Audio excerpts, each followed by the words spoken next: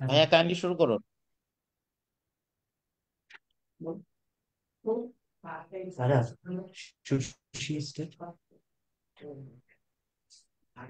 বিসমিল্লাহির রহমানির রহিম। প্রিয় সুধী, একটি দেশের জাতীয়তাবাদ সে দেশের শিকড়। একটি দেশের জাতীয়তাবাদ সে দেশের নিজস্ব সংস্কৃতি, কৃষ্টি, কালচারকে ধারণ করে। বাংলাদেশ জাতীয়তাবাদী দল বাংলাদেশী জাতীয়তাবাদের ধারক ও বাহক। সবাইকে সবিনয়ে আমন্ত্রণ জানাচ্ছি বাংলাদেশ জাতীয়তাবাদী দল তথা বিএনপি মিডিয়া সেল কর্তৃক আয়োজিত টক শো 14তম পর্বে। ফোকাল পয়েন্টের রাষ্ট্র কাঠামোর সংস্কার নিয়ে জেলাভিত্তিক বিশেষ সিরিজ চলছে। আজকের জেলা অপরূপ সবুজ সৌন্দর্যে ঘেরা মাগুরা। আজকের বিষয়বস্তু 31 দফা ও জনসম্প্রীতি। ফেব্রুয়ারি মাস বাংলা ভাষার মাস। আমার ভাইয়ের রক্তে রাঙানো 21শে ফেব্রুয়ারি আমি কি ভুলিতে পারি। অনুষ্ঠানের শুরুতেই স্মরণ করছি বীর ভাষা শহীদদের, যাদের আত্মত্যাগের বিনিময়ে আমরা মাতৃভাষা বাংলা পেয়েছি। বিনম্র চিত্তে আরো স্মরণ করছি 71-এর মুক্তিযুদ্ধে, 90-এর গণ অভ্যুত্থানে এবং বিশেষ করে 24-এর গণ অভ্যুত্থানের বুক চেতিয়ে দেওয়া বীর শহীদদের, যাদের রক্তের উপর দাঁড়িয়ে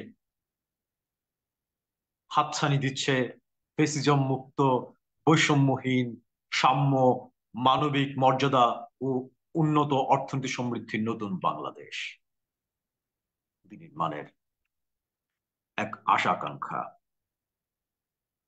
আরো স্মরণ করছি যারা এই ফেসিবাদ আন্দোলনে পঙ্গুত্ব বরণ করে মৃত্যুর সাথে পাঞ্জা লড়ছেন হসপিটালে। 16-17 বছরের গণতান্ত্রিক আন্দোলনে গুম খুনের শিকার হয়েছেন। তাদের আত্মত্যাগে আমরা পেয়েছি আমাদের নতুন স্বাধীনতা, নতুন স্বপ্ন দেখা। আমি 52 দেখিনি, 71 দেখেছি। 71 দেখিনি, দেখেছি 24। হে বীর শহীদেরা, তোমাদের বুক চিতিয়ে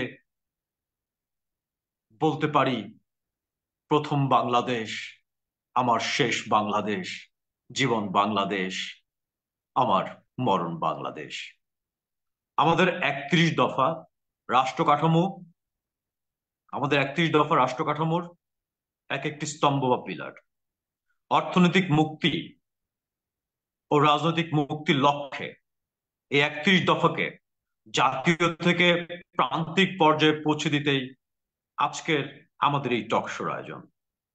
আমাদের সাথে আলোচক হিসেবে যুক্ত আছেন মাগুরা জেলা বিএনপিকে, যারা দীর্ঘ সময় ধরে আন্দোলন সংগ্রামে এবং উন্নয়নে দুঃসাহসিক ভূমিকা রেখেছেন। সেই 3জন সম্মানিত আলোচক আমাদের সাথে যুক্ত আছেন আলী আহমেদ, আহ্বায়ক মাগুরা জেলা বিএনপি। আমাদের সাথে আরো যুক্ত আছেন মনোয়ার হোসেন খান, সদস্য সচিব মাগুরা জেলা বিএনপি। আমাদের সাথে আরো সংযুক্ত আছেন আহসান হাবিব কিশোর, যুগ্ম আহ্বায়ক মাগুরা জেলা বিএনপি। শ্রদ্ধেয় অতিথিবৃন্দ, আপনাদের সবাইকে সুস্বাগতম জানাচ্ছি। ধন্যবাদ। আমাদের 31 দফা থেকে জাতীয় থেকে জেলা পর্যায়গুলোতে পৌঁছে দেওয়াই হচ্ছে আমাদের এই এই টকশোর মূল উদ্দেশ্য। সেই উদ্দেশ্য থেকেই আজকে আমাদের এই টকশোর আয়োজন। আর দর্শকদের উদ্দেশ্যে বলবো, বিশেষভাবে মাগুরা জেলা বিএনপির যারা আছেন, যারা দেখছেন আমাদের অনুষ্ঠান, তাদের উদ্দেশ্যে বলবো, আপনারা আপনাদের জেলার রাজনৈতিক, সামাজিক এবং উন্নয়নের যে কোনো সমস্যার কথা আপনাদের এই প্রিয় আলোচক বৃন্দ, প্রিয় নেতৃবৃন্দকে প্রশ্ন করতে পারেন। আমরা আপনার প্রশ্নটি, কমেন্টটি আমরা আলোচক বৃন্দকে ছুড়ে দিব তারা উত্তর দিবেন ইনশাল্লাহ। আমরা প্রথমেই জনাব আলী আহমেদ, আহ্বায়ক, মাগুরা জেলা বিএনপি, আহ শুনতে পাচ্ছেন আপনি?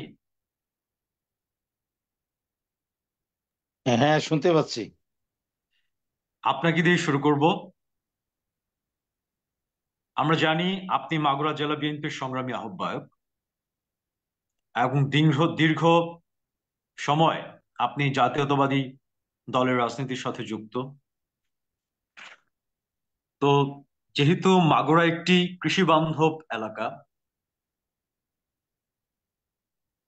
এবং কৃষক বান্ধব এলাকা, তো সেখানে আমরা জানি যে রাজশাহীতে একটি বরেন্দ্র উন্নয়ন প্রজেক্ট নামে একটা প্রজেক্ট ছিল রাজশাহীতে, শহীদ প্রেসিডেন্ট জিয়াউর রহমানের সময়। তো আপনাদের এরকম মাগুরাতে কোনো কৃষি বান্ধব কোনো উন্নয়ন প্রজেক্ট আছে কিনা? ধন্যবাদ আপনাকে। মাগুরাতে আমাদের একটি প্রকল্প, মাগুরার শ্রীপুর উপজেলা দিয়ে যেটা বিরাজমান, সেটা দিকে শেষ প্রকল্প নামে। এটা কুষ্টিয়ার থেকে এর উৎপত্তি স্থল। এখানে কৃষির যে আহ, মানে সব থেকে প্রয়োজনীয় যে জিনিসটা, কারণ কৃষির উন্নয়নের সাথে পানির এক যে সম্পর্ক, এটা কিন্তু একটা ব্যাপক ভূমিকা। পানি ছাড়া আপনি কৃষির কোনো ক্ষেত্রেই কোনো কিছুকে উন্নয়ন করতে পারবেন না। এই প্রকল্পটা একটু পুরনো প্রকল্প।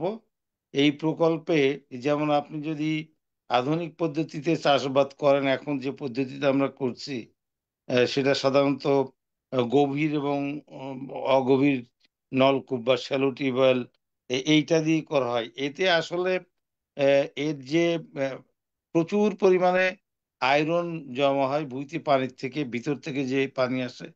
সব থেকে বড় সমস্যা, এই শীতকালে এই পানির স্তর নেমে যাওয়ার পর অনেক শ্যালো টিউবওয়েল, ডিপ টিউবওয়েলে পানি পাওয়া যায় না। সেই ক্ষেত্রে এখানে এইটা এই সেচ প্রকল্পের মাধ্যমে এই ভেড়ামারা কুষ্টিয়ার ওইখান থেকে নদীর থেকে পানি তুলে এই যে ক্যানাল আছে, খাল আছে, এই খালের মাধ্যমে সরবরাহ করা হয় সম্ভবত কুষ্টিয়া দিয়ে। এইটা আমাদের মাগুরার শ্রীপুর অঞ্চলে এর বিস্তৃতি আছে, এবং এখানে এই পানিটা খালে পূর্ণ করে রাখা হয়। এবং কৃষক তার সিস্টেমটা নালা পদ্ধতিতে, বড় খাল আছে, ক্যানাল আছে, ছোট ছোট ক্যানাল আছে। কৃষকরা তাদের ওই নির্ধারিত পয়েন্ট থেকে ওই গেট খুলে দিয়ে পানি নিয়ে এই সেচ প্রকল্পের আওতায় অনেক সুন্দর ফসল, ধান বা মৌসুমী ফসল, এইগুলো ফলায়। এই প্রকল্পটা আমাদের এখানে আছে, এবং এটা আহ, বেশ সমাদৃত কৃষকদের কাছে এটা প্রকল্প আছে। আচ্ছা আচ্ছা। তো আপনারা যেমন আপনারা তাহলে যদি আহ, দায়িত্বে কখনো আসেন, মানে বাংলাদেশ জাতীয়তাবাদী দল যদি দায়িত্বে আসে, সেক্ষেত্রে আপনারা এর বাস্তব ভিত্তিক, হ্যাঁ, কি উন্নয়ন করবেন এবং এর মাধ্যমে পুরা মাগুরা জেলায় আপনার কি ইম্প্যাক্ট ফেলবে বলে আপনি বিশ্বাস করেন? ধন্যবাদ আপনাকে। আসলে আমাদের শহীদ প্রেসিডেন্ট জিয়াউর রহমান সাহেব এই যে জিকে প্রকল্পটার যে যে সুবিধা পায়, এইটা আসলে এই কৃষির, আমাদের একটি কথা সবসময় মনে রাখতে হবে যে কৃষক বা কৃষি কিন্তু একটি বিরাট শিল্প।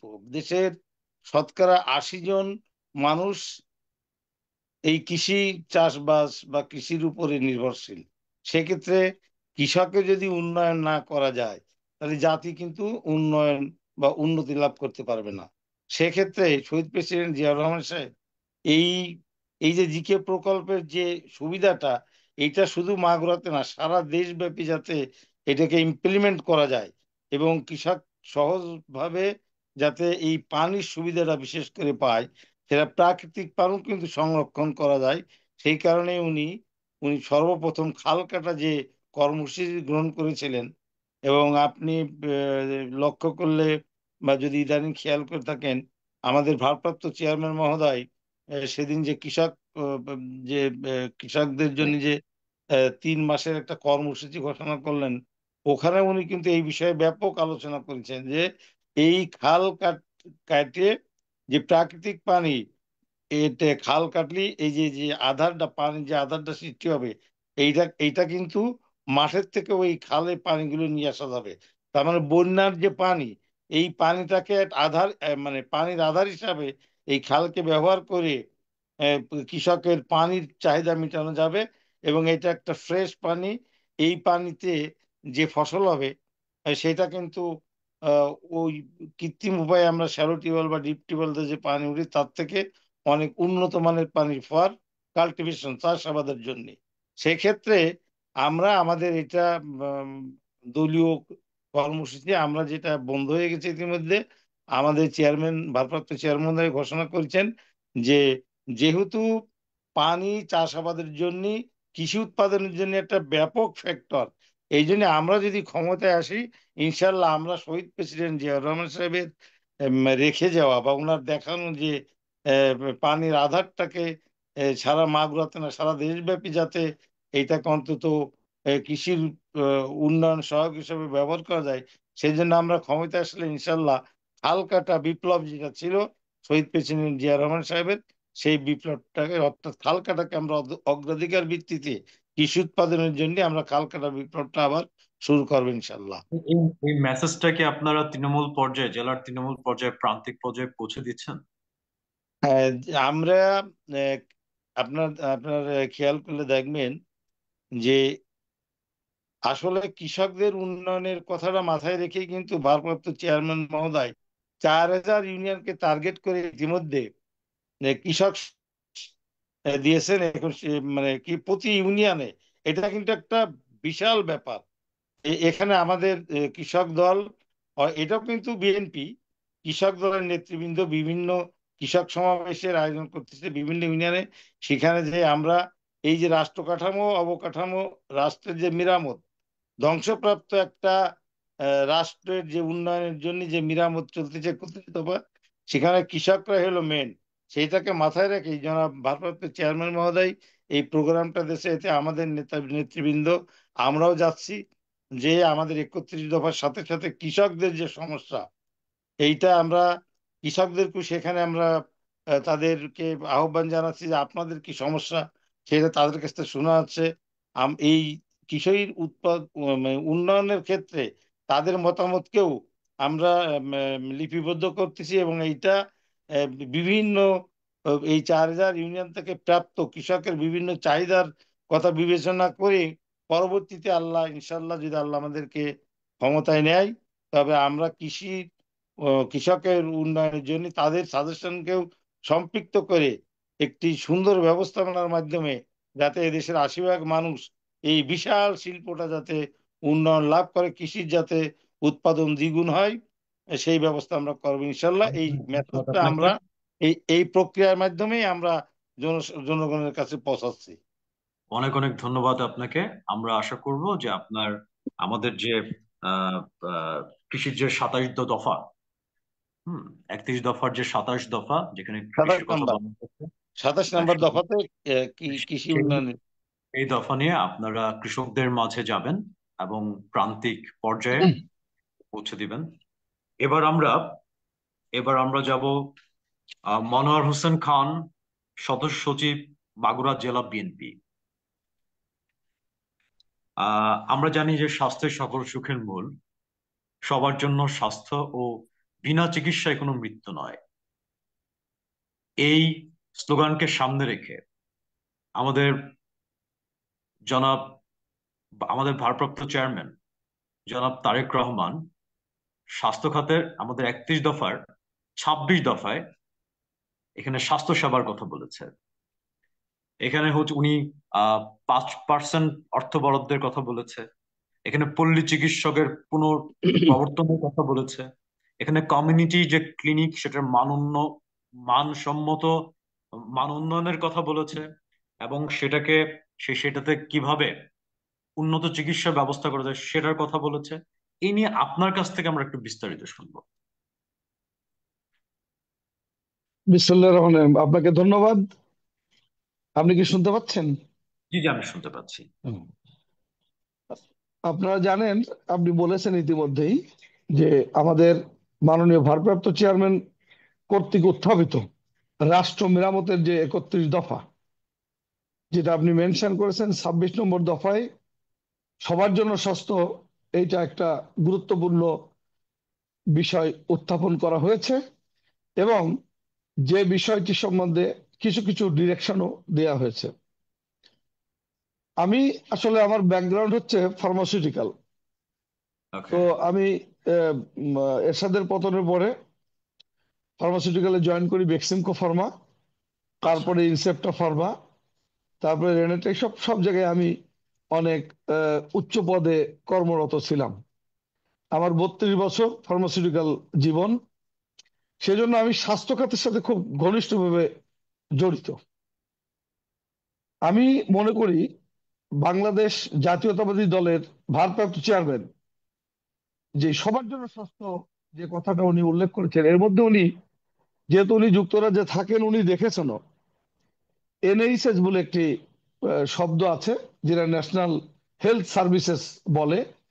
এবং এর আন্ডারে সারা যুক্তরাজ্যের সকল মানুষ যে কোনো সময় যে কোনো পরিস্থিতিতে এই এনএইচএস এর শরণাপন্ন হতে পারে এবং তারা তাদের আন্ডারেই সকল ট্রিটমেন্ট ইনিশিয়ালি শুরু করে। রাইট। তো বাংলাদেশেও এমন পরিস্থিতি হতে পারে। এবং আমি মনে করি আমাদের লোক সংখ্যা একটু বেশি, 20 কোটি লোকের দেশ। তারপরেও যদি আমরা সিস্টেম ইমপ্লিমেন্ট করি, এবং আমার আমার খুবই দৃঢ় বিশ্বাস যে আমাদের নেতা ভারপ্রাপ্ত চেয়ারম্যান তারেক রহমান, উনি বুঝে শুনেই এটা এর মধ্যে ইনকর্পোরেট করেছেন এবং উনি সেটা করতে চান। এটা করতে পারলে আমি মনে করব যে এটা বাংলাদেশে সত্যিকারের ভিন্ন মাত্রা যোগ করবে। আপনি জানেন যে বেসিক নিডের মধ্যে স্বাস্থ্য অন্যতম। আর স্বাস্থ্যর কথা তো আল্লাহ রাব্বুল আলামিন নিজেই বলেছেন যে মানুষের সবচেয়ে বড় সম্পদ হলো তার স্বাস্থ্য, যদি তার সুস্থতা থাকে। সুতরাং এই জায়গায় যে বিষয়গুলো উল্লেখ করা হয়েছে তার সাথে আমি কয়েকটা জিনিস যোগ করতে চাই। যেমন আমি মনে করি যদি আমাদের এই স্বাস্থ্য খাতে কিছু জিনিস ইমপ্লিমেন্ট করা যায়, যেমন আমাদের একটা health card, family health card, সেই কার্ডের আন্ডারে যে কোনো একটা পরিবার একটা নির্দিষ্ট পরিমাণ তার হেলথ সেবা পাবে এবং সেটা একটা সত্যিকার অর্থেই ওই পরিবারের জন্য ন্যূনতম যে স্বাস্থ্য সেবা সেটা নিশ্চিত করবে। এটা আমার একটা প্রস্তাবনা থাকবে। আরেকটা জিনিস হলো যেটা খুব গুরুত্বপূর্ণ, আমি ডিস্ট্রিক্ট লেভেলে যেটা দেখছি, আমি যদি বাঁকুড়ার কথা চিন্তা করি, তাহলে স্বাস্থ্য খাতের যারা সবচেয়ে গুরুত্বপূর্ণ ভূমিকা রাখে তারা হলো চিকিৎসক। জেলা পর্যায়ে ইদানিং মোস্ট অব দি জেলায় এটা দরকার নেই, এখানে রাখো না, সরি,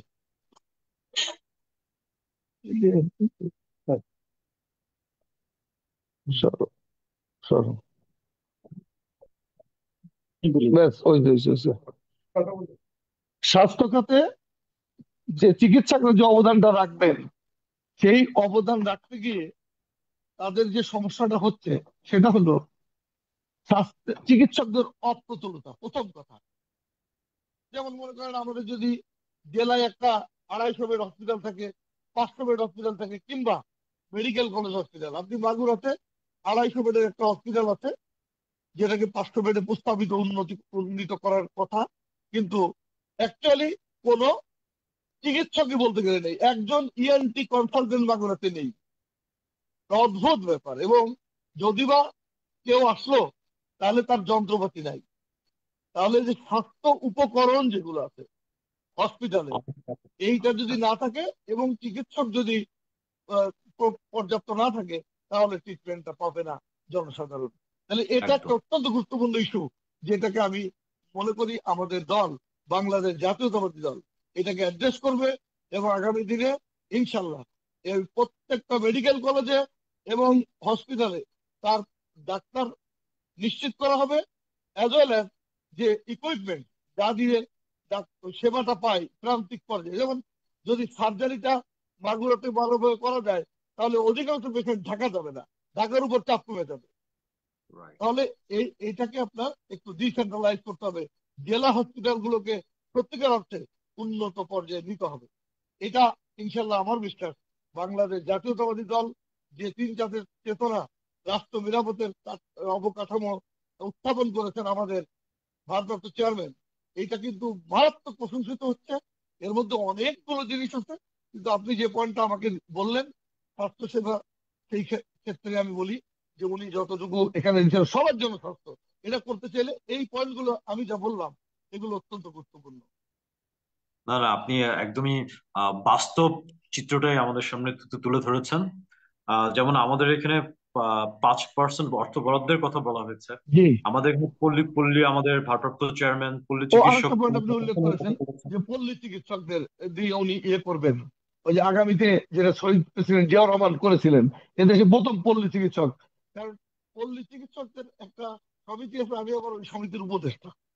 সুতরাং আমি ওদের সাথে কাজ করেছি দীর্ঘদিন। বাংলাদেশের টেকনাফ থেকে তেঁতুলিয়া, রূপসা থেকে পাতুরিয়া, বলতে পারেন যে এর অধিকাংশ একদম প্রান্তিক লেভেলে আমি এই পল্লী চিকিৎসকদের সাথে কাজ করেছি। তাদের সম্মেলনে উপস্থিত ছিলাম, কিভাবে তারা পেশেন্টকে সহযোগিতা করে। এটা কিন্তু খুব গুরুত্বপূর্ণ। এটা উনি একটা গুরুত্বপূর্ণ জিনিস আপনি আমাকে মনে করিয়ে দিলেন, আপনাকে ধন্যবাদ। এবং আমি মনে করি আমাদের নেতা আর ভারপ্রাপ্ত চেয়ারম্যান তারেক রহমানের এই প্রকল্প তার বাবার প্রকল্প, আবার এটা সুন্দরভাবে চালু করলে, এটা কিন্তু ইতিমধ্যে মুখ টুকরে পড়ে আছে অনেকটা, এর কোনো ট্রেনিং নাই। তাদেরকে উপযুক্ত ট্রেনিং দিতে হবে এই পল্লী চিকিৎসকদের, যারা ওদের পাশাপাশি শিক্ষিত রেজিস্টার্ড ডাক্তারদের পাশাপাশি তারাও অনেক ব্যাপক ভূমিকা রাখে। আমরা আশা করব যে আমাদের এই 31 দফার রাষ্ট্র কাঠামো মেরামতের 31 দফার যে আমাদের 26 দফা, যেটা স্বাস্থ্যকে কেন্দ্র করে, সেটা সবার জন্য আপনারা স্বাস্থ্য। প্রান্তিক সবার জন্য স্বাস্থ্য, এটা আপনারা প্রান্তিক পর্যায়ে এটা পৌঁছে দিবেন। সে আশা আহ, আমি ব্যক্ত ইনশাল্লাহ। করছি। এবার আমরা আবার আপনার কাছে ফিরে আসবো। এবার আমরা আমাদের যেতে হচ্ছে আহসান হাবিব কিশোর, যুগ্ম আহ্বায়ক, মাগুরা জেলা বিএনপি।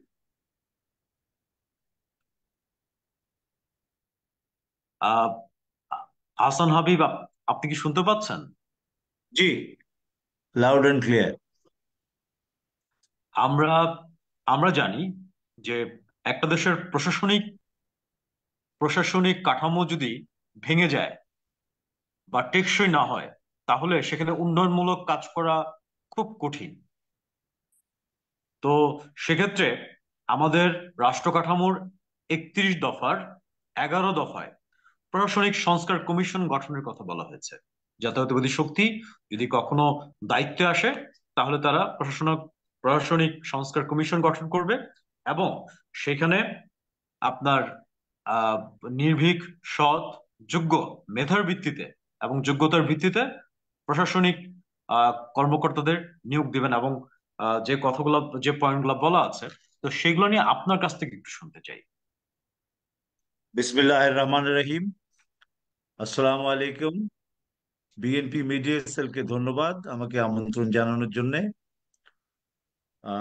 আমি আমার দৃষ্টিতে প্রশাসনিক 31 দফাতে যে প্রশাসনিক সংস্কার কমিশন গঠনের কথা বিধৃত করা হয়েছে, এটা আমার কাছে অত্যন্ত গুরুত্বপূর্ণ মনে হয়েছে। সবগুলোই গুরুত্বপূর্ণ। তার ভিতরে যেহেতু আমরা একটি রাজনৈতিক দল, আমাদের যে কর্মসূচি, উন্নয়ন কর্মসূচি বা দেশকে একটি সাংস্কৃতিক পরিবর্তনের মধ্যে দিয়ে, সংস্কৃতি বলতে আমি একটা সামগ্রিক অর্থে বোঝাচ্ছি, যে আমাদের প্রশাসনিক সংস্কৃতি, আমাদের আপনার আইনসভা এবং অন্যান্য অর্থনীতি ও আপনার সকল ক্ষেত্রে আমাদের যে আহ, অচলায়তন ছিল বিভিন্ন ক্ষেত্রে, সেই অচলায়তনকে ভেঙে অগাস্ট বিপ্লবের মাধ্যমে ছাত্র জনতা, বিএনপি 15-16 বছরের আন্দোলনে যে একটা সুযোগ আমাদের সামনে এনে দিয়েছে, সেই সুযোগটা শতাব্দীতে একবার অনেক সময় আমরা পাবো কিনা জানি না। এটা, এই সুযোগে আমরা আমাদের যে আগে থেকেই ঐতিহ্যগতভাবে যে ত্রুটি বিচ্যুতি এবং যে আপনার ঔপনিবেশিক সময় থেকে শাসক শ্রেণীর যে একটা সংস্কৃতি প্রশাসনের মধ্যে আপনার চলমান ছিল।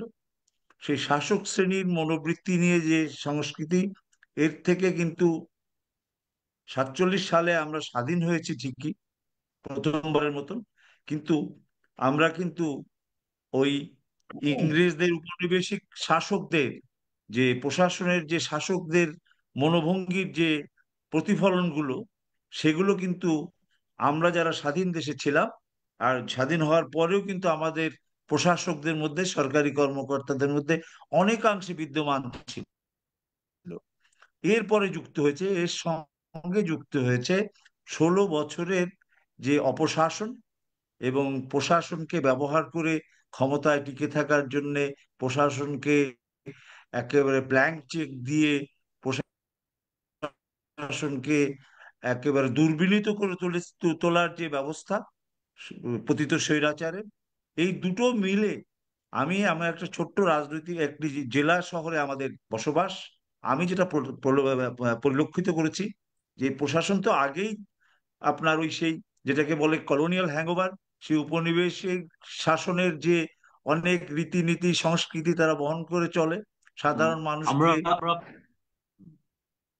জি, সাধারণ মানুষকে প্রজা ভাবার যে একটা মনোভঙ্গি মনোবৃত্তি, এটা বিদ্যমান ছিল। তারপরে তারা প্রভু হয়ে এখানে মানুষের উপরে যে আপনার দমন পীড়ন এবং প্রতিটা জনবান্ধব না হয়ে ঠিক তার বিপরীতে মানুষকে কিভাবে কষ্ট দেয়া যায়, কিভাবে একটা প্রকল্পকে বাধাগ্রস্ত করা যায়, এই ধরনের মনোভাব প্রশাসনের মধ্যে বিদ্যমান। এবং এক পর্যায়ে তো তারা দুর্বিনীত হয়ে গেছিল আপনার এই স্বৈরাচারের মদদ দিতে, যে তারা একেবারে নিজেদেরকে তাই এই শাসক শ্রেণীর অংশ হিসেবে মনে করতো। তা আমার মনে হয় সেখান থেকে যদি আমরা এই দুটো জিনিসকে আপনার ঐতিহাসিকভাবে যেটা আমাদের প্রাপ্ত, যে ঔপনিবেশিক শাসনের যে সংস্কৃতি প্লাস এই যে 16 বছরের যে অপশাসন, দুটো মিলিয়ে যে একটা কঠিন মানে জনবিরোধী একটা মনোভাব যে প্রশাসনের মধ্যে বিরাজমান, এটা একটা আমাদের প্রেসিডেন্ট। যে সামনের সামনে আমরা যদি ক্ষমতায়, যদি আল্লাহ পাকের রহমতে জনগণের ভোটে গণতান্ত্রিক পদ্ধতিতে আমরা যদি নির্বাচিত হয়ে আসি, বা বিএনপি যদি নির্বাচিত হয়ে আসে, সেক্ষেত্রে আমাদের যে বৈপ্লবিক যে সমস্ত কর্মসূচিগুলো আমরা নিতে চাই, বা চেয়ারম্যান, আমাদের ভারপ্রাপ্ত চেয়ারম্যান সাহেব 31 দফার মধ্যে এবং তার কর্মসূচির মধ্যে যে ঘোষণা দিয়েছেন, সেগুলো যদি আমরা বাস্তবায়ন করতে চাই, তা প্রশাসনের এই অবস্থা আমূল পরিবর্তন করবার জন্য, জনবান্ধব প্রশাসনের প্রবর্তন করবার জন্য, এবং একটি স্বাধীন দেশের প্রশাসন যেরকম হয়, যেটা আমরা এই উপমহাদেশের দেখেছি, পাকিস্তান বাংলাদেশে যেটি হয়নি, কিন্তু ভারত যেহেতু গণতান্ত্রিক চর্চার মধ্যে দীর্ঘদিন ধরে আছে, 47 সালের পরের থেকে ভারতের প্রশাসন কিন্তু আমাদের থেকে ভিন্ন। তারা অনেকটা জনবান্ধব, এবং তারা জনপ্রতিনিধিদের কে তারা নিজেরা যারা জনগণের ভোটে নির্বাচিত হয়ে আসেন, তাদের কর্মসূচিকে বাস্তবায়নের জন্য তারা অঙ্গীকারবদ্ধ এবং তারা ডিউটি বাউন্ড, সেটা তারা সব রকম সাহায্য দিয়ে থাকেন। আমরাও চাই যে উন্নত দেশের, গণতান্ত্রিক দেশের মতন, যে আমাদের প্রশাসনের ব্যবস্থায় ওই শাসক শ্রেণীর মনোভাবটা যাতে দূর করা যায়, তার জন্য যে যে আধুনিক প্রশাসনের যে সমস্ত আপনার মেটেরিয়ালস গুলো, সেগুলো যদি আমরা এখানে প্রবর্তন করতে পারি, একেবারে ট্রেনিং থেকে শুরু করে আপনার মানে নিয়োগ থেকে শুরু করে, তাদের ভিতরে যদি এক ধরনের মানসিক সাংস্কৃতিক পরিবর্তন আনার চেষ্টা করতে পারি, তাহলে পরে আমার মনে হয় যে আমরা এটা একটা বৈপ্লবিক আবহের সৃষ্টি করবে, এবং আগামীতে আমাদের দেশে একটি জনবান্ধব প্রশাসন এর পথে অন্তত সূচনা হবে। এবং আমাদের যে প্রকল্পগুলো, আমাদের যে নীতিমালাগুলো বাস্তবায়ন করব, সেটা সরকারের স্থায়ী প্রতিনিধি হিসেবে তাদের সাথে একটা একটা ওয়ার্কিং রিলেশনশিপ হবে, যেটা জনবান্ধব, মানুষের কল্যাণে মানুষের সেবক হিসেবে তারা নিজেদেরকে প্রমাণ করতে পারবেন। এবং সর্বোপরি যেটা সবচেয়ে বেশি প্রয়োজন সেটা হচ্ছে যে জবাবদিহিতার অভাব বর্তমানে আছে প্রশাসনে, সেই জবাবদিহিতা যাতে আমরা নিশ্চিত করতে পারি সেটা সম্ভব হবে, এটা আমার বিশ্বাস। এবং অনেক অনেক সেক্ষেত্রে ধন্যবাদ আপনাকে। আহ সুশাসনের জন্য জবাবদিহিতার বিকল্প নয়, সুশাসনের জন্য আপনার গুড গভর্নমেন্টস এর বিকল্প নাই। এক্স্যাক্টলি। তো আমরা আপনার কাছে আমরা আবার আসব, আমরা আবার ফিরে যাব। আলী আহমেদ, আহ্বায়ক, মাগুরা জেলা বিএনপি। আপনার কাছে আমাদের আমাদের প্রশ্ন যে আমাদের রাষ্ট্র কাঠামো সংস্কারের 31 দফার 25 দফায় আমরা জানি যে শিক্ষাই জাতির মেরুদণ্ড, সুশিক্ষাই জাতির মেরুদণ্ড।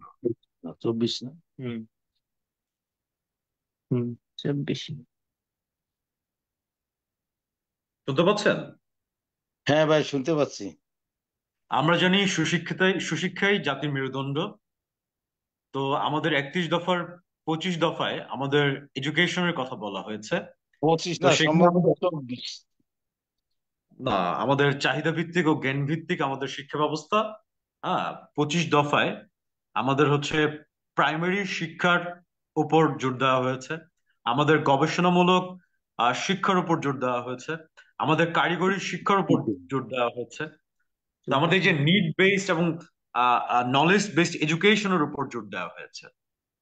তো সেক্ষেত্রে আপনারা যেহেতু মাগুরা জেলা একটি প্রান্তিক কিছু অঞ্চল নিয়ে মাগুরা জেলাটা, তো সেখানে আপনি আপনারা কিভাবে এই এই দফাটাকে আপনারা ফিউচারে বাস্তবায়ন করবেন এবং এখন আপনাদের পরিকল্পনা কি আছে, এবং এটাকে আপনারা প্রান্তিক পর্যায়ে পৌঁছে দেওয়ার জন্য আপনারা এখন কোনো কর্মসূচি আছে কিনা? ধন্যবাদ আপনাকে। শিক্ষা জাতির মেরুদণ্ড, এবং শিক্ষকরা হলো এই মেরুদণ্ড। যে শিক্ষা, এর হলো কারিগর হলো শিক্ষকরা। তো এই ক্ষেত্রে যে প্রাথমিক পর্যায়ের যে শিক্ষাটা, সেই শিক্ষাটাকে আসলে যদি বেসটাকে আপনি যদি সুন্দরভাবে না করতে পারেন, তাহলে কিন্তু উপরে আপনি যত সুন্দরই করতে চান না কেন, বেসটাকে সুন্দর করতে হলে প্রাথমিক শিক্ষার উপর এই এবং মাধ্যমিক শিক্ষার উপর কিন্তু অধিক গুরুত্ব দিতে হবে। যেমন ধরেন, আমাদের একটা প্রভিশন আছে যে ওই যে ছাত্রটা কিছুই করতে পারলে না, ওরা দেখো প্রাইমারি স্কুলে মাস্টার টাস্টারি করতে পারে কিনা। Right, right. হাই স্কুলে কোনো চাকরি বাকরি নেই, কোন রকম একটা হাই, যে এটা কিন্তু এই সিস্টেম, এই কালচার কিন্তু এখনো চলমান চলতেছে। খুবই দুঃখজনক। দুঃখজনক। তা আমি মনে করি যে এই রেওয়াজটাকে চেঞ্জ করে প্রাথমিক শিক্ষা, যেটা মানুষের জীবন গড়ার একদম প্রাথমিক স্টেজ, যেটা সেখানে যারা শিক্ষা দেবে, অন্তত মানসম্মত, যে ছেলেটা ভালো ছাত্র তাকে অন্তত এই শিক্ষার প্রাথমিক শিক্ষা, যে এইখানে তার এইখানে তাকে আনতে হবে। শিক্ষক যদি ভালো না হয়, কারিগর যদি ভালো না হয়, আপনি যাই করতে যান না কেন সেটা ভালো হবে না, তার সে কোনো ভালো জিনিস হবে না। এই ক্ষেত্রে আমি মনে করি যে এই প্রাথমিক শিক্ষা এবং মাধ্যমিক শিক্ষা একদম সমস্ত যে অব্যবস্থাপনা, যে নৈরাজ্যকর অবস্থা যেটা আছে, এইটাকে সম্পূর্ণভাবে চেঞ্জ করে এইটাকে একটি মানে গণমুখী এবং একটি ভালো স্ট্রাকচারাল শিক্ষা যাতে গড়ে ওঠে, সেই কারণে আমাদের সর্বপ্রথম প্রাথমিক শিক্ষা এবং মাধ্যমিক স্তরের শিক্ষা, জ্ঞান ভিত্তিক শিক্ষা, যেটা মানে প্রাথমিক শিক্ষা, এই স্থানীয় চাহিদা ভিত্তিক যে শিক্ষা, হুম, হুম। সেই শিক্ষাকে অগ্রাধিকার দিতে হবে। তারপরে আপনার এই জ্ঞান ভিত্তিক শিক্ষা, গবেষণামূলক শিক্ষা, সেই শিক্ষাগুলো পরে আসতে হবে। আগে আমাদের সর্বপ্রথম প্রাথমিক শিক্ষাকে স্ট্রাকচার যেটা, সেটার প্রতি গুরুত্ব দিতে হবে। এবং বিশেষ করে আমি আমি ব্যক্তিগতভাবে মনে করি, এবং দলও নিশ্চয়ই এটাকে সাপোর্ট করবে, যে আমাদের চেয়ারম্যান মহোদয়ের একটি বক্তৃতাও আমি দেখছি, উনি কিন্তু স্পষ্ট এই কথাটাই বলেছেন যে এই ভালো ছাত্রদেরকে প্রাথমিক শিক্ষা এবং মাধ্যমিক শিক্ষা যাতে তারা শিক্ষক হিসেবে নিয়োগ লাভ করে, সেই ব্যবস্থা করতে হবে। মানে সবচেয়ে মেধাবী শিক্ষকরা যাতে হচ্ছে আহ প্রাথমিক শিক্ষায় যুক্ত হয়, সেই সে ব্যবস্থা ব্যাপারে করতে আমাদের হবে। ভারপ্রাপ্ত এটা চেয়ারম্যান। আসলে এই বিষয়টা কিন্তু এইটা আপনার ইমপ্লিমেন্ট করার বিষয়ে রাষ্ট্রীয় ক্ষমতা কিন্তু একটি বিষয়।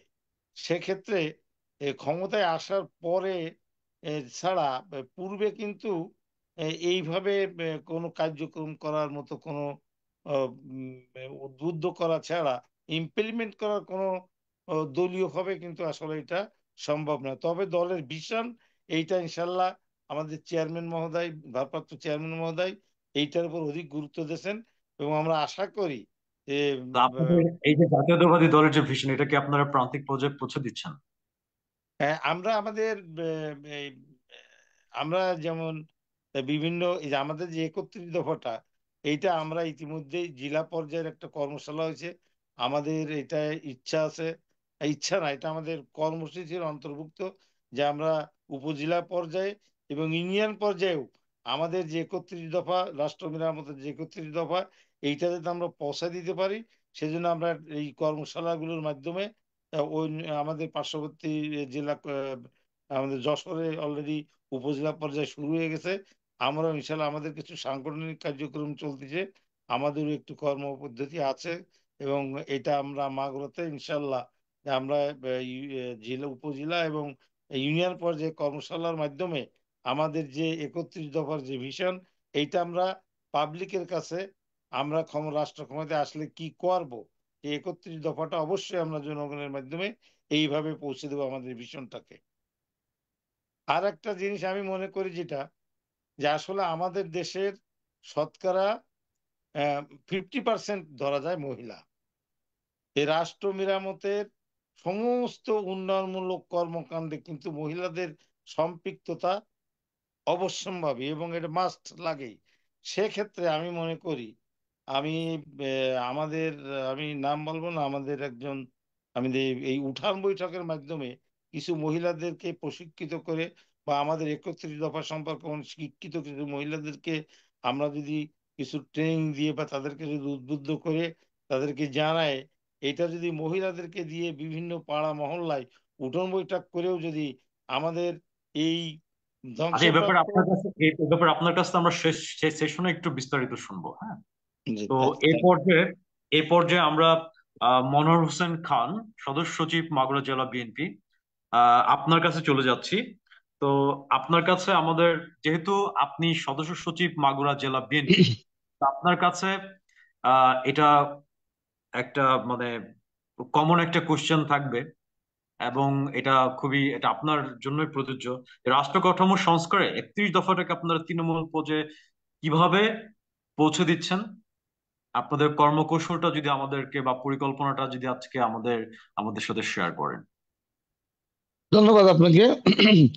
ইতিমধ্যে আমাদের আহ্বায়ক সাহেব কিছু বলেছেন। আমরা আসলে আমাদের বিভিন্ন আলোচনায় যখন যেখানে বসি আমাদের সাথে কিন্তু অনেক লোক হয়ে যায়, তখন কিন্তু আমরা এই এই কথাগুলো আলোচনা করতে থাকি। এমনি অন্য গসিপিং বাদ দিয়ে এখন কিন্তু 31 দফার এই রাষ্ট্র কাঠামোটা আমাদের আলোচনার একটা অন্যতম বিষয়বস্তু হয়েছে।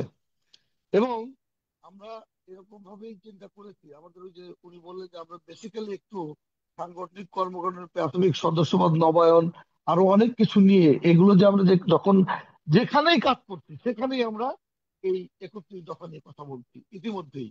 আর এরপরে আমাদের এই যে যে সম্মেলনগুলো হবে, অর্থাৎ আমাদের ওয়ার্ডে, আমাদের ইউনিয়নে, আমাদের থানায় এবং আমাদের জেলায়, এই প্রত্যেকটা জায়গায় আমরা অনেক লোকের যেখানে সমাগম হচ্ছে আমরা সেখানে কিন্তু এটা বলছি। এটা একটা একটা ওয়ে, আমাদের সাংগঠনিক ওয়ে। আর একটা ওয়ে আছে, সেটা হচ্ছে যেমন এই যে যে কৃষক সমাবেশগুলো হলো, আমরা কিন্তু কৃষক সমাবেশগুলোতে 31 দফার কৃষকদের দফার বাইরেও আমরা আমাদের আরো কিছু দফা নিয়ে আলোচনা করেছি। কারণ ওখানেও তো এসছে বিএনপির লোকজনই এবং সাধারণ লোকজন, একদম সাধারণ লোকজন যারা এর আগে কখনোই আসেনি এমন লোক এসেছে, তারা এই কথাগুলো শুনছে। তা আমরা আবার আরেকটা জিনিস ইতিমধ্যে প্ল্যান করেছি, এটা আমার একটা ব্যক্তিগত মানে চিন্তা চেতনা, যা আমি হয়তো আমাদের জেলায় আমরা শেয়ার করব।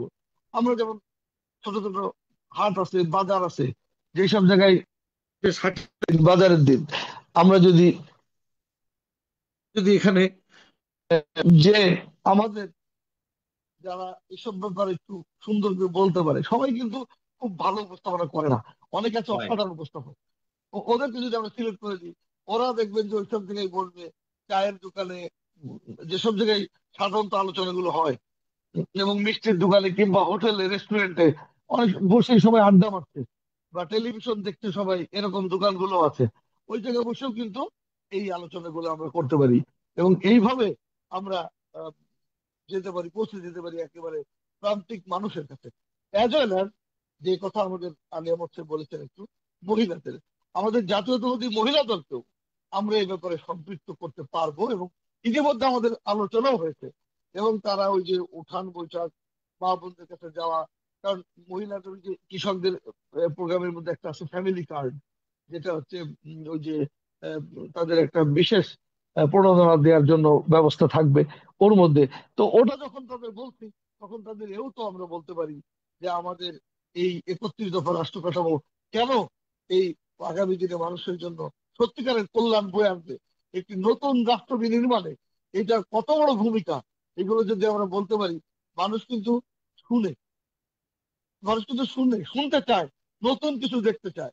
এবং আমি, বিশ্বাস করেন, আমি এটা মানে আমাদের ভারপ্রাপ্ত চেয়ারম্যানের সাথে আমার কথা হচ্ছে না সব সময়, আমরা যখন বিভিন্ন প্রোগ্রামে থাকি, তখনও ওনাকে এরকম বলা যায় না, কিন্তু আপনাদের বলি, সাম্প্রতিককালে উনার যে সমস্ত প্রোগ্রামগুলো উনি হাতে নিয়েছেন, তার মধ্যে এই 31 দফা এবং এটার উপস্থাপন যায় কি অসাধারণ জাগরণ মানুষের মধ্যে এনেছে। অর্থাৎ মানুষ কিন্তু একটা প্রশ্ন করতো, আমাদের বন্ধুরা বলতো, আচ্ছা তোমরা যদি ক্ষমতায় যাও কি করবা? ওই একই তো, আওয়ামী লীগ আর বিএনপি, এরকম রাইট। বলতো। রাইট। তখন আমরা কিন্তু, আমাদের হাতে এরকম কিছু ছিল না, এ, আমাদের যা ছিল তাই বলতাম। কিন্তু 31 দফা পাওয়ার পরে আমরা কিন্তু এখন জবাব দিচ্ছি, দিতে পারছি। এবং আমরা বিবাহ অনুষ্ঠানে যাই, বিয়ের অনুষ্ঠানে, তারপরে আমাদের বন্ধুদের একটা আড্ডা হয়, অনেক লেভেলের লোক আছে। একটা সময় দেখতাম যে আমাদের চেয়ারম্যান নিয়েও সমালোচনা করতো, তারা ওই যে আওয়ামী দুঃশাসনের আমলে যে সমস্ত মানে একটা কথাবার্তাগুলো। কমন জেনারেলাইজ করার চেষ্টা করতো। Exactly so. ওখান থেকে কিন্তু তারা এখন বলতে শুরু করেছে, না তোমাদের চেয়ারম্যানকে আমরা অন্যভাবে দেখছি। এটা মানে একটা দুর্দান্ত ব্যাপার। এটা এটা কিন্তু মানে আমাদের অনেক, বিশ্বাস করেন, অনেক মনোবল বাড়িয়ে দিয়েছে। এবং আমরা বিশ্বাস করছি যে ইনশাল্লাহ আমরা পারবো, আপনাকে আমাদের আমি এটা জাস্ট একটা পারতেই হবে। আমি জাস্ট একটা আপনাকে আহ, সংক্ষিপ্ত একটা ভাবে সংক্ষিপ্ত একটা উত্তর জানতে চাচ্ছি। আপনি কি বিশ্বাস করেন বলেন। যে প্রশিক্ষিত কর্মীর বিকল্প নয়? হ্যাঁ, ট্রেনিং, ট্রেনিং এর কোনো বিকল্প নাই। এবং প্রশিক্ষণ মানেই হলো আপনাকে সত্যিকার অর্থে একটা প্রশিক্ষিত জনবল, জনমত তৈরি করবে। এটা আমি মনে করি, আপনি যা বলেছেন, এর আসলে কোনো বিকল্প নেই। অসংখ্য ধন্যবাদ। আপনি খুবই এক্সেলেন্টলি হচ্ছে আপনার আহ, আপনি এই এই এই এই এই আহ, এটাকে ব্যাখ্যা করলেন। আমি আমি বিশ্বাস করি যে আপনি এভাবে যদি প্রান্তিক আপনার পুরো জেলার নেতা কর্মী এবং সাধারণ মানুষের মাঝে এটা ছড়িয়ে দেন, তাহলে আমাদের জাতীয়তাবাদী দলের এটা ইমেজ অনেক বেশি অক্ষুণ্ণ রাখবে, এবং সামনের দিনে ইনশাল্লাহ আমরা এর ভালো ফলাফল দেখতে পাবো। ধন্যবাদ ইনশাআল্লাহ। আপনাকে, খুব বেশি ধন্যবাদ। এই পর্যায়ে এই পর্যায়ে আমরা চলে যাচ্ছি চলে যাচ্ছি আহসান হাবিবের কাছে, যুগ্ম আহ্বায়ক, মাগুরা জেলা বিএনপি। আপনার কাছে আমরা একটা খুব সেনসিটিভ এবং খুবই, যেহেতু বাংলাদেশের পার্সপেক্টিভে এটা খুবই আহ, বাস্তবিক এবং খুব গুরুত্বপূর্ণ একটা একটা একটা আহ, আমি বলবো পয়েন্ট, সেটা হচ্ছে যে আমাদের বাংলাদেশের জনসংখ্যার দিক থেকে আমরা যদি বিবেচনা করি, তাহলে পুরুষের প্রায় অর্ধেকেরও বেশি হচ্ছে নারীর সংখ্যা। সেক্ষেত্রে আমাদের 31 দফার 24 দফায় নারীর ক্ষমতায়নের কথা বলা হয়েছে। নারীর মর্যাদা, সুরক্ষা ও ক্ষমতায়নে যথাযথ পদক্ষেপ গ্রহণের কথা বলা হয়েছে। এখানে ফ্যামিলি কার্ডের কথা বলা হয়েছে। এখানে আমি একটা জিনিস বলতে চাই যে পৃথিবীর যা কিছু চিরকল্যাণকর, অর্ধেক তার করিয়াছে নারী, অর্ধেক তার নর। তো সেক্ষেত্রে যদি আমরা আলোচনা করি, তাহলে এই নারীর ক্ষমতায়নে আমাদের যে 31 দফার 24 দফায় যেটাকে এমফেসিস করা হয়েছে, সেক্ষেত্রে আপনারা আপনার একটু আলোচনা এখান থেকে শুনতে শুনতে শুনতে চাই আমরা। ধন্যবাদ আপনাকে। অত্যন্ত চমৎকার একটি বিষয় উপস্থাপন করবার জন্য। এটা আমাদের যে ভারপ্রাপ্ত চেয়ারম্যান জনাব তারেক রহমান সাহেব যে 31 দফা সংস্কারের যে প্রস্তাব দিয়েছেন, এটাকে আমি এক কথায় বলবো, এটা সামনে জাতির জন্য একটি মুক্তি সনদ। এটা একটা বিপ্লব বয়ে আনবে আমাদের দেশের সামগ্রিক ক্ষেত্রে। সেখানে নারীর একটা বিরাট ভূমিকা, আপনি নিজেই বলেছেন যে আমার প্রায় অর্ধেকেরও আমাদের নারী জনসংখ্যা।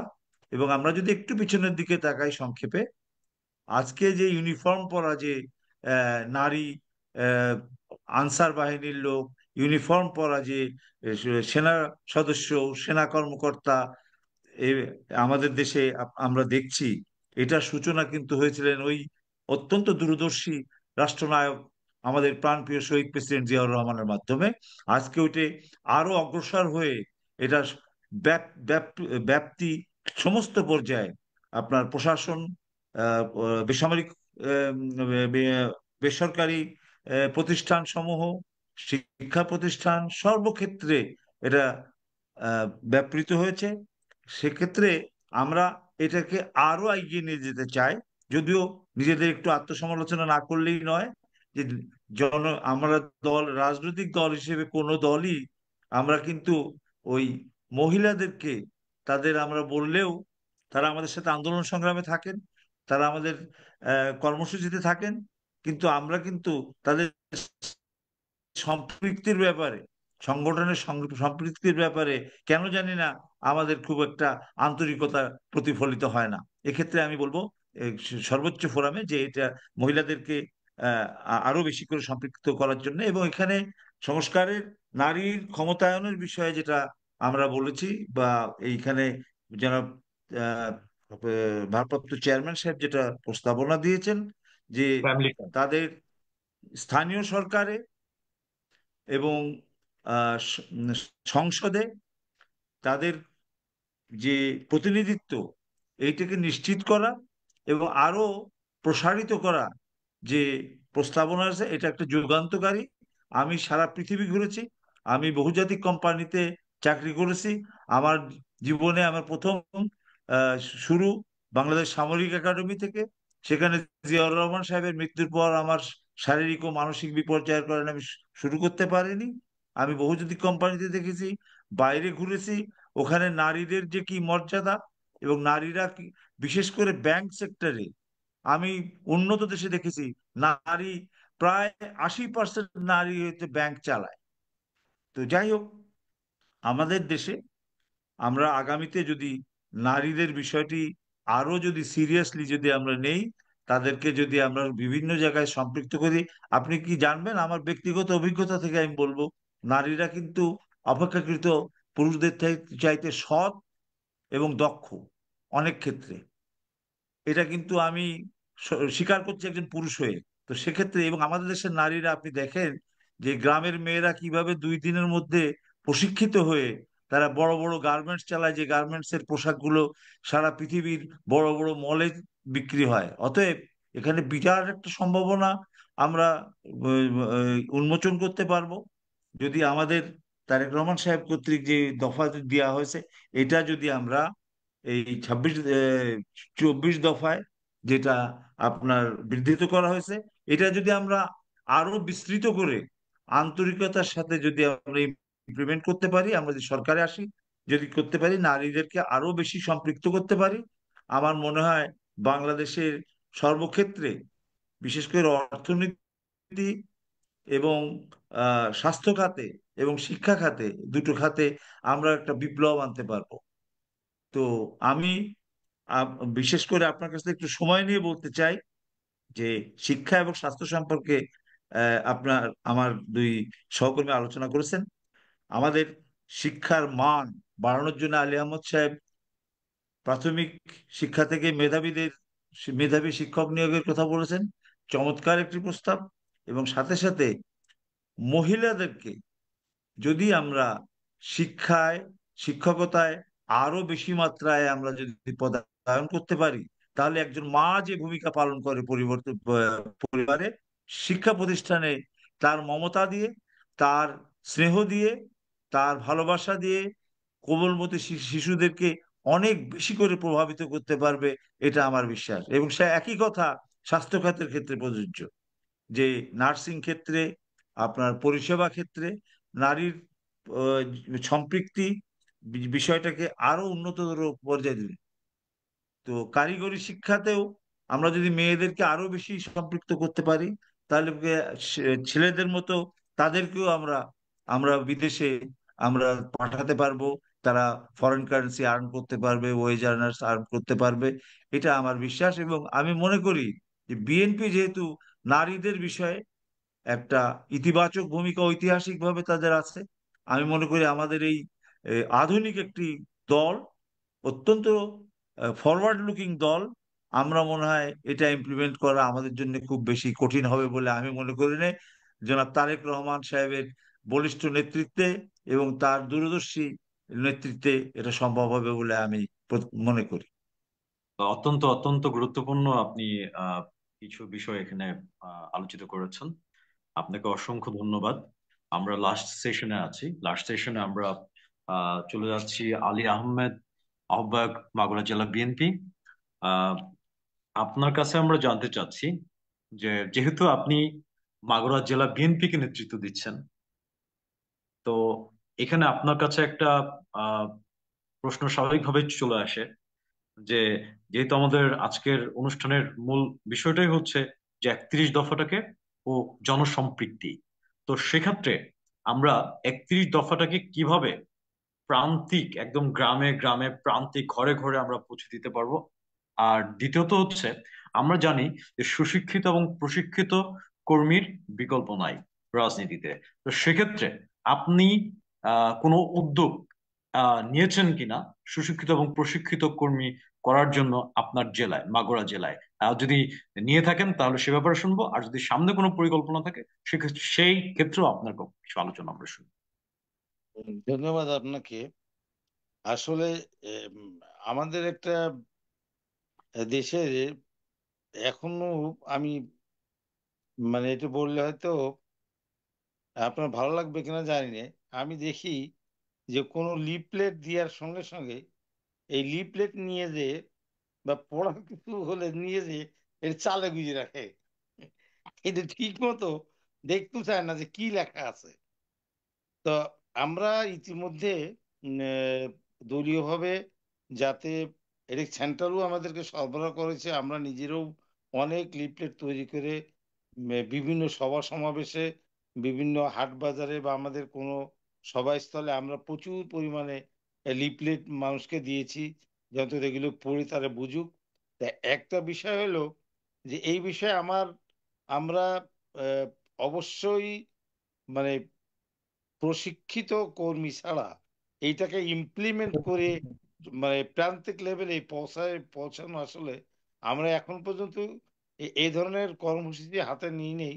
তবে আমাদের আমাদের যেটা আমরা যেটা চাচ্ছি, দলীয়ভাবে আমাদের একদল কর্মীকে, সেটা মহিলা কর্মী এবং পুরুষ কর্মী, আমাদের দলের যারা ইন্টেলেকচুয়াল ছেলেরা আছে, তাদেরকে এই বিষয়ের উপরে মানে মিনিমাম অন্তত 7 দিন ভালোভাবে তাদেরকে প্রত্যেকটা দফা সম্পর্কে, কারণ দফাগুলো কিন্তু খুব সংক্ষিপ্ত আকারে দেওয়া হয়, যেমন রচনার মতো। গরু গরু একটা রচনা, কিন্তু এই এই গরুর পর অনেক কিছু লিখতে হয়, দফাওয়ারি সংক্ষিপ্ত আকারে দেওয়া হয়। এটা বিস্তৃত ভাবে এই যে তাদেরকে জ্ঞান দান করে, সেইটা যাতে তাদেরকে দিয়ে বিভিন্ন কর্মশালা, উপজেলা এবং ইউনিয়ন পর্যায়ে বিভিন্ন কর্মশালা দিয়ে সেখানে আমাদের কর্মীদেরকে নিয়ে এসে তাদেরকে এটা জ্ঞান দান করতে হবে, এবং তারা যাতে হাট বাজার ঘাট বিভিন্ন জায়গায় এইগুলোকে ছড়াই দেয়। তারা যদি তারা অসংখ্য যদি না হ্যাঁ, তারা যদি না জানে তাহলে তো তারা দিতে পারবে না। আর আমাদের মহিলা কর্মীদেরকে আমরা আমাদের মহিলা দলের নেত্রী বা মহিলা দলের বায়বে মানে করে তাদের নেতৃত্বে একদল প্রশিক্ষিত মহিলাদেরকে যদি আমরা যে প্রশিক্ষণ দিয়ে তাদেরকে যদি গ্রামে, যেহেতু এই এই এইটাকে কিন্তু শুধু পুরুষদের মাঝে জ্ঞান দান করলেই হবে না, কারণ যেহেতু 50% মহিলা, তাদেরকেও এই বিষয়টা যে আমরা বিএনপি রাষ্ট্র ক্ষমতায় গেলে তারা কেন যাবে, কি করবে, এইটা, এই ভোট তো তাদের ভোট আমাদের দরকার হবে। সেই ক্ষেত্রে মহিলাদেরকে অন্তত আমাদের ওই যে আমার মনোরমা একটা বলতেছিলাম আমার যে যদি না জানানো হয় বা তারা যদি না বোঝে, তাহলে কিন্তু তারা এই বিষয়ে ইন্টারেস্ট ফিল করবে না। যেমন অনেকে প্রশ্ন করে যে বিএনপি গেলে কি করবে, তা আসলে এইটা মহিলাদেরকেও জানাতে হবে যে যদি বিএনপি ক্ষমতায় যায়, তাহলে যাওয়ার পরে তারা যে এই রাষ্ট্র কাঠামো ধ্বংসপ্রাপ্ত যে এই রাষ্ট্রীয় যে কাঠামো, যেটাকে বিগত সরকার একদম মানে ডিস্ট্রয় করে দিয়ে গেছে, সেইটাকে মেরামত ইমপ্লিমেন্ট করতে হলে, মানুষের একটি সুশাসন প্রতিষ্ঠিত করতে হলে রাষ্ট্রের বিভিন্ন পর্যায়ে এই যে সংস্কার করতে হবে, সেই সংস্কারটা আমরা কি করব, ক্ষমতায় গেলে এইটা একটা দলের পক্ষ থেকে সর্বস্তরের মানুষের কাছে, জনগণের কাছে আমাদের যে সাবমিশন, আমাদের যে কমিটমেন্ট, এই কমিটমেন্টটাকে জনগণের দ্বার প্রান্তে পৌঁছা দিবে এবং তাদেরকে আস্থা এনেই সামনে আমাদের নির্বাচনের ভোট যুদ্ধে কিন্তু এইটা অনেক ব্যাপক প্রভাব ফেলবে যে আমরা আসলে কি করতে চাই। যেমন নির্বাচনের আগে একটি ইশতেহার থাকে, আমি মনে করি 31 দফাটা বাংলাদেশ জাতীয়তাবাদী দলের একটি ইশতেহার। আমরা রাষ্ট্রীয় ক্ষমতায় যাওয়ার পরে আমরা কি করব, এইটা প্রান্তিক লেভেলে, জনগণের রুট লেভেল পর্যন্ত এইটা আমাদেরকে পৌঁছে দিতে হবে ইনশাল্লাহ।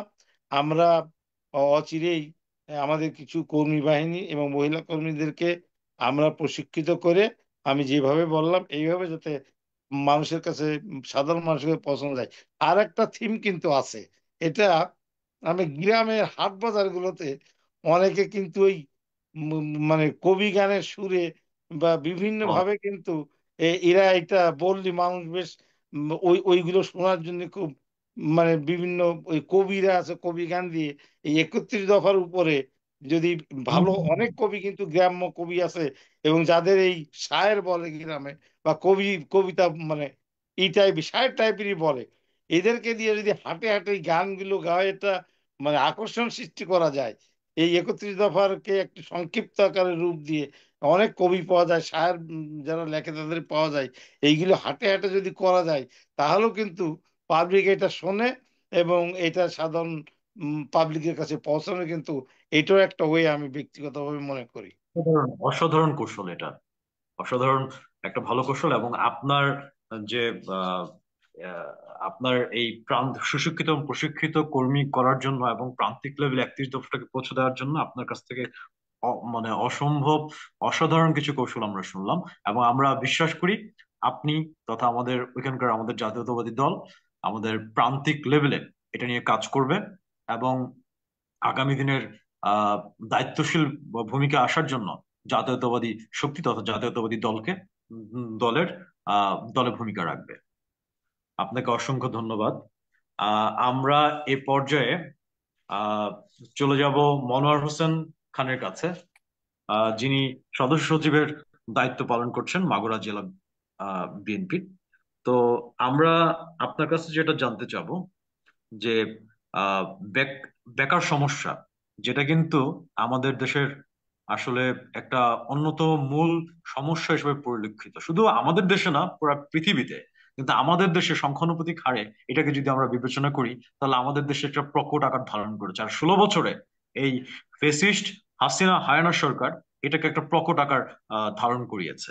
তো সেক্ষেত্রে আমাদের ভারপ্রাপ্ত চেয়ারম্যান জনাব তারেক রহমান তার 31 দফা প্রস্তাবনার 23 দফায় বলেছেন যে 1 বছর যদি শিক্ষিত যারা বেকার থাকবে, যাদের আহ অনার্স শেষ হয়ে যাবে, অনার্স শেষ হয়ে যাওয়ার পর কেউ মাস্টার শেষ হলো, যাওয়ার পর যখন তাদের চাকরি হবে না, 1 বছর তাদের একটা বেকার ভাতার ব্যবস্থার কথা উনি বলেছেন। উনি আধুনিক ও যুগোপযোগী যুব উন্নয়ন নীতিমালা প্রণয়নের কথা বলেছেন, স্কিল ডেভেলপমেন্টের কথা বলেছেন। তো এইসব বিষয় নিয়ে আপনার কাছ থেকে একটু জানতে যাব। ধন্যবাদ আপনাকে, অত্যন্ত গুরুত্বপূর্ণ প্রশ্ন। আসলে 23 দফায় খুব সুন্দর করে একটি কথা বলা আছে যে আধুনিক ও যুব যুগোপযোগী যুব উন্নয়ন নীতিমালা প্রণয়ন। এটা কিন্তু কথাটা কিন্তু এর মধ্যে কিন্তু অনেক ব্যাপক বিস্তৃতি আহ, আছে, যদি আমরা একটা একটা করে ব্যাখ্যা করতে যাই।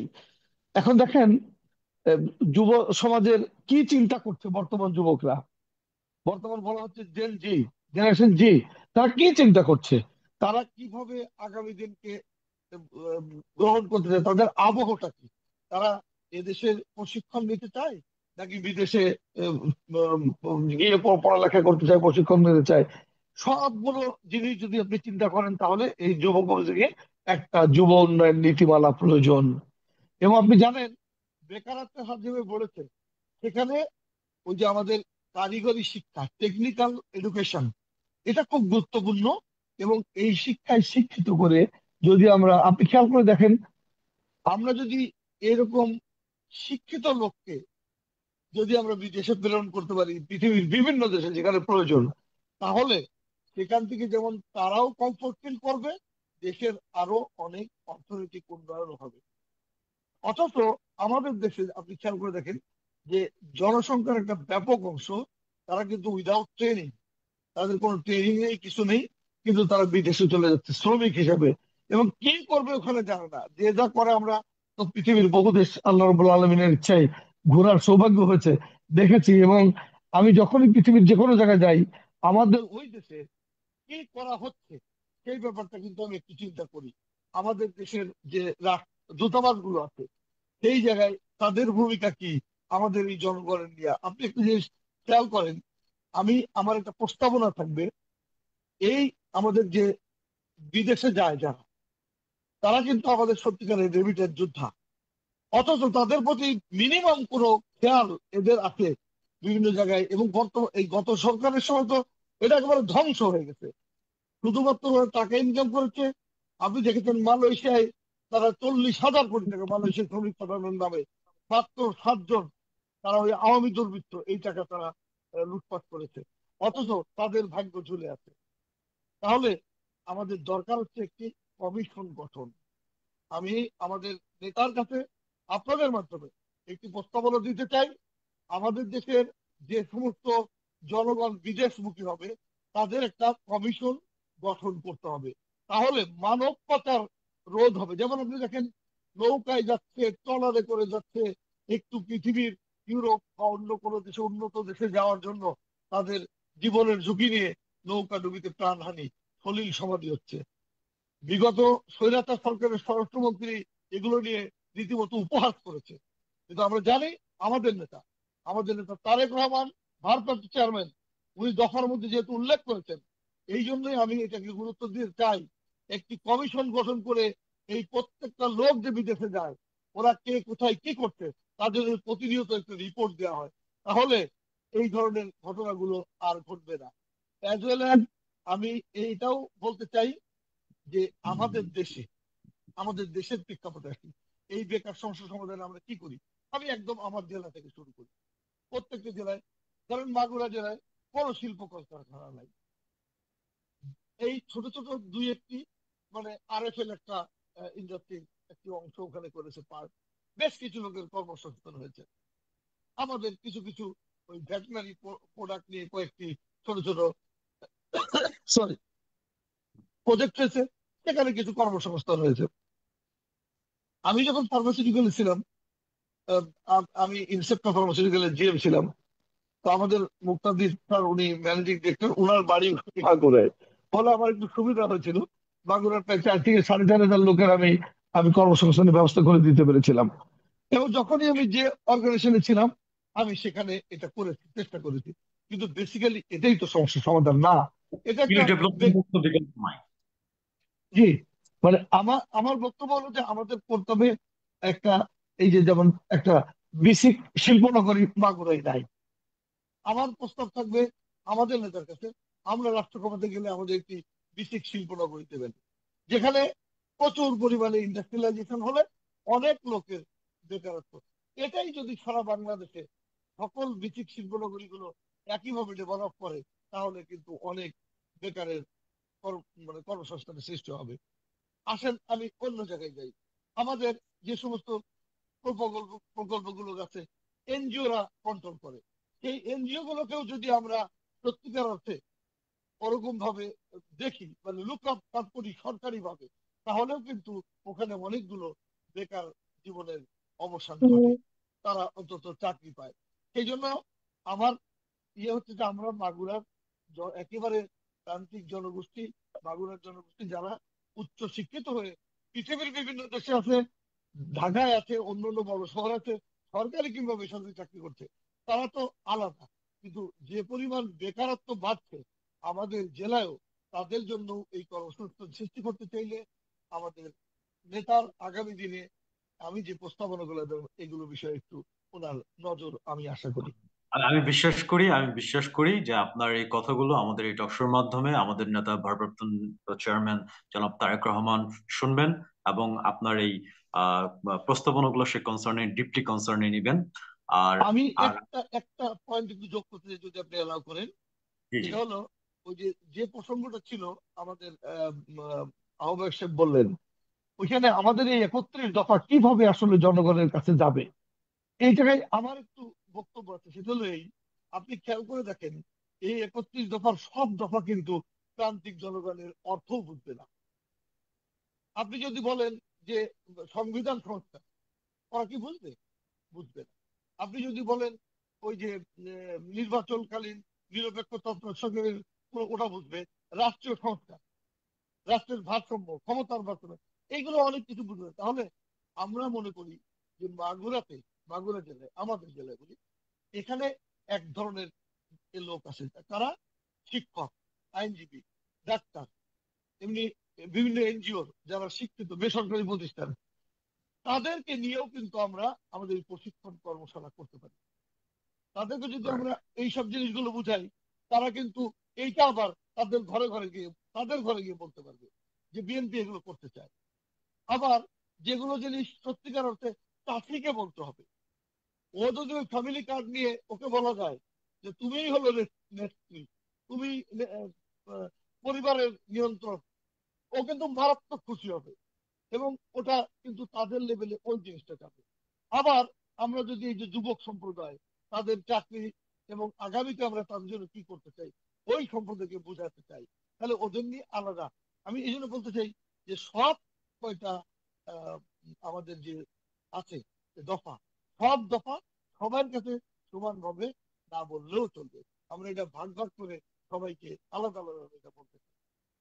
অসাধারণ অসাধারণ বিশ্লেষণ করেছেন আপনি এবং আমরা বিশ্বাস করি যে আমাদের সুশিক্ষিত প্রশিক্ষিত কর্মী গড়ে উঠবে এবং তাদের পাশাপাশি আমাদের যারা পেশাজীবী আছেন তারাও আমাদের এই 31 দফাটাকে প্রান্তিক লেভেলে পৌঁছে দেওয়ার জন্য তারা গুরুত্বপূর্ণ ভূমিকা পালন করবেন।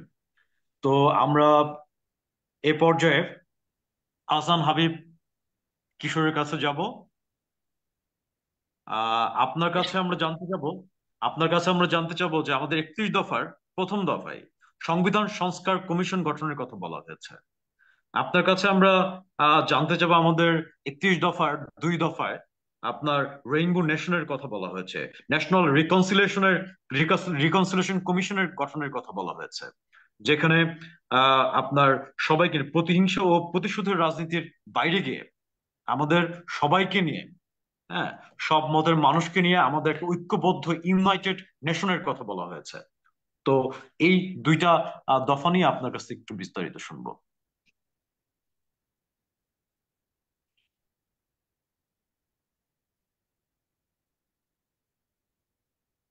সেলাই করি। হুম, আহসান হাবিব শুনতে পাচ্ছেন আমাদের? বলে কি বলছি যেন মিউট করতে হবে। আনমিউট। জি, আপনি শুনতে পাচ্ছেন? জি জি হ্যালো, জি জি শুনতে পাচ্ছি, আপনি বলেন। হ্যালো। জি, ধন্যবাদ আপনাকে।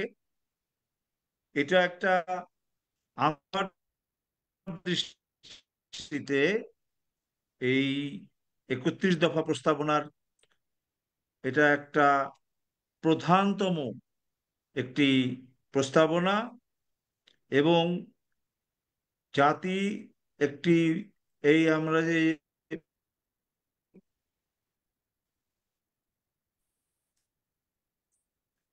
71 সালে স্বাধীনতার পরে অদ্যাবধি 24 সাল, 2024 সাল নেই। কেন নেই আমি একটু ব্যাখ্যা করি সংক্ষেপে। সেটা হচ্ছে দীর্ঘদিনের অপশাসন, সামরিক শাসন, আধা সামরিক শাসন, সিভিলিয়ানের পিছনে সামরিক বাহিনীর শাসন, এবং সর্বশেষ যে রাজনীতিহীনতা এবং অপশাসন, যে ফ্যাসিজম আমাদের দেশে জগদ্দল পাথরের মধ্যে চেপেছিল, যার কারণে আমাদের রাজনৈতিক সংগঠনগুলোকে শুধু দুর্বল করেনি, একে অন্যের প্রতি অবিশ্বাস, আস্থাহীনতা চরম পর্যায়ে তৈরি করেছে। সাথে সাথে জনমনে রাজনীতিবিদদের সম্পর্কে, রাজনৈতিক দলগুলো সম্পর্কেও একটি নেতিবাচক ধারণার জন্ম দিয়েছে এবং এক ধরনের নেতিবাচক আবহ সৃষ্টি হয়েছে। সেক্ষেত্রে কোনো একটি বিশেষ দলের পক্ষে রাষ্ট্র পরিচালনা করার চাইতে আমাদের আহ, দেশ নায়ক জনাব তারেক রহমান সাহেব যে প্রস্তাবনাটা দিয়েছেন, এটা অত্যন্ত যুগোপযোগী।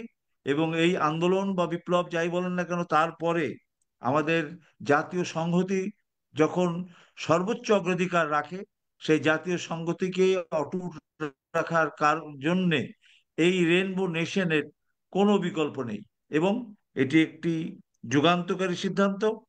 এবং আমার মনে হয় জাতিকে যদি সামনের দিকে এগিয়ে নিতে হয় এবং আন্তর্জাতিক আমাদের বিরুদ্ধে যে সকল ষড়যন্ত্র আছে, সেই ষড়যন্ত্রগুলোর সাথে সাথে যদি মোকাবেলা করতে হয় এবং আমাদের উন্নয়ন যদি অব্যাহত রাখতে হয়, তাহলে আপনার এই ন্যাশনাল রিকনসিলিয়েশন কমিশন বা রেইনবো স্টেট এর কোনো বিকল্প নেই। এবং এটা ধারণাটা নতুন হলেও এটা এই সময়ের দাবি এবং এই সময়ের জন্য যথোপযুক্ত বলে আমি মনে করি। এবং এটার জন্যে বিএনপি যে উদারতার পরিচয় দিয়েছে, এটা কিন্তু ঐতিহাসিকভাবে আমার মনে হয় এক সময় বিবেচিত হবে যে এটা একটা ঐতিহাসিক সিদ্ধান্ত এবং অত্যন্ত যুগোপযোগী সিদ্ধান্ত এবং একটি ফরওয়ার্ড লুকিং স্টেপ বলে এক সময় কিন্তু আমাদের ইতিহাস সেটাকে বিবেচনা করবে, আমার দৃঢ় বিশ্বাস। আহ এবং এই রিকনসিলিয়েশন কমিটির মাধ্যমে আগামীতে আমাদের রাজনৈতিক দলগুলো নিজেদেরকে আরো বেশি সংগঠিত করতে পারবে এবং মানুষের কাছে আস্থা অর্জনের জন্য তারা অনেক বেশি পরিমার্জিত এবং তাদের আচরণগতভাবে তারা অনেক বেশি নিয়ন্ত্রিত এগুলোর, এবং একটা চেক অ্যান্ড ব্যালেন্স তৈরি করবে, যেটা আমাদের রাজনৈতিক সংস্কৃতির জন্য অত্যন্ত জরুরি আগামী দিনের আধুনিক। আপনাকে হ্যালো, হ্যালো। জি জি, আমরা আমরা শুনতে পাচ্ছি, আপনি বলেন। জি। তো এই রেইনবো স্টেটের যে আপনার যে আপনার প্রাসঙ্গিকতা এবং বর্তমান প্রেক্ষাপটে যে আপনার উপযোগিতা, এটা আর একটা কারণ হচ্ছে যে আমাদের খুব দ্রুত খুব দ্রুত আপনার ওই এমপ্লয়মেন্ট, যেটা কথা আমরা বলি যে বেকারত্বকে যদি আমরা অ্যাড্রেস করতে না পারি খুব দ্রুত সংক্ষেপে সময়ের মধ্যে, তাহলে কিন্তু আমাদের রাষ্ট্রীয় অবস্থায় বিশৃঙ্খলা তৈরি করার সমূহ সুযোগ আছে। এইটাকে কিন্তু এই রেইনবো স্টেট দিয়েই কিন্তু শুধু আমরা যদি একটা ঐক্যমতের সরকারে দিয়ে আমরা যদি একটা নতুন কোনো বৈপ্লবিক কোনো প্রস্তাবনা আনতে পারি, যেই আপনার এমপ্লয়মেন্ট জেনারেশনের ক্ষেত্রে, সেটা অনেক বেশি কার্যকর করা যাবে এবং এটা মানুষের মধ্যে জনপ্রিয়তাও আনা যাবে, আমার দৃঢ় বিশ্বাস। আপনাকে যদি আমি 30 সেকেন্ডে 30 সেকেন্ডে আপনাকে আপনার জেলা মাগুরা জেলার জনগণের উদ্দেশ্যে বা আপনার যারা কর্মী আছেন তাদের উদ্দেশ্যে কিছু বলার জন্য আপনাকে বলছি। 30 সেকেন্ড আপনি বলতে পারেন যদি আপনি বলতে চান।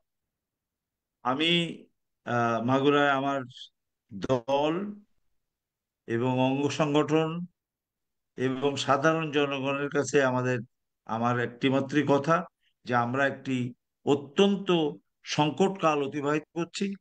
আমাদের দেশপ্রেমে উদ্বুদ্ধ হয়ে আমাদের শৃঙ্খলার মধ্যে থেকে আমরা জানি যে বর্তমান সরকার একটি রাজনৈতিক সরকার নয়, তার অনেক অভাব অভিযোগ এবং অনেক কিছু তার কাছে প্রত্যাশা করা গেলেও তার ডেলিভারি